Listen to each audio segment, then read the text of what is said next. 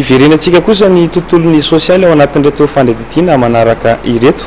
nentany adidy ary nitondra ny anjara borika amin'ny fanampiana ireo ny aram-boina vokatry ny rivotoza tsedza ny knaps nateriny teny amin'ny lampany moazorivo ireo fanampiana maro samihafa namaivana ny fahasairana andreo trapoina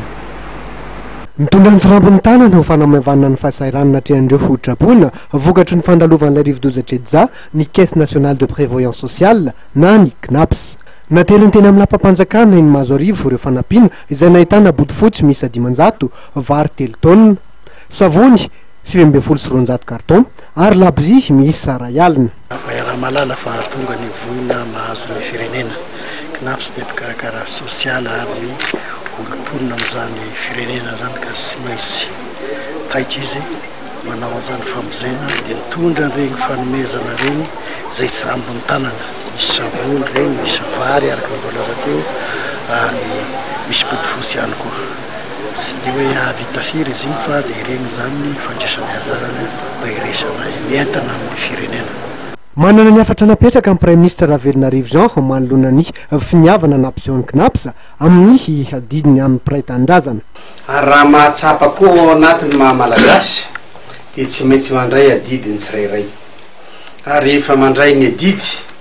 dia atao ankitsy-po satria ny asa atao ampitiavana no ahitam-bokatsoa ihany amin'ny farany dia misaotra anareo zany avy eo amin'ny knapsa mitondra an'izay fahavononana hanampy ny gouvernemanta sy hanampy ny malagasy tsy vaky volo betsaka ny vitanareo amin'izay fampandrosoana ny Madagasikara zay sy fiaraha-miasa zay kanefa moa ny fiainana tsy mijanona amin'le toerana anankiray hoe androany dia vita ny fiainana fa ny fiainana dia lanja miakatra ho izy ny fitenin'olona zay ary rehefa mitady an'izay lanja miakatra zay a dia mandray andraikitra sy manefa ny adidy ankitsy-po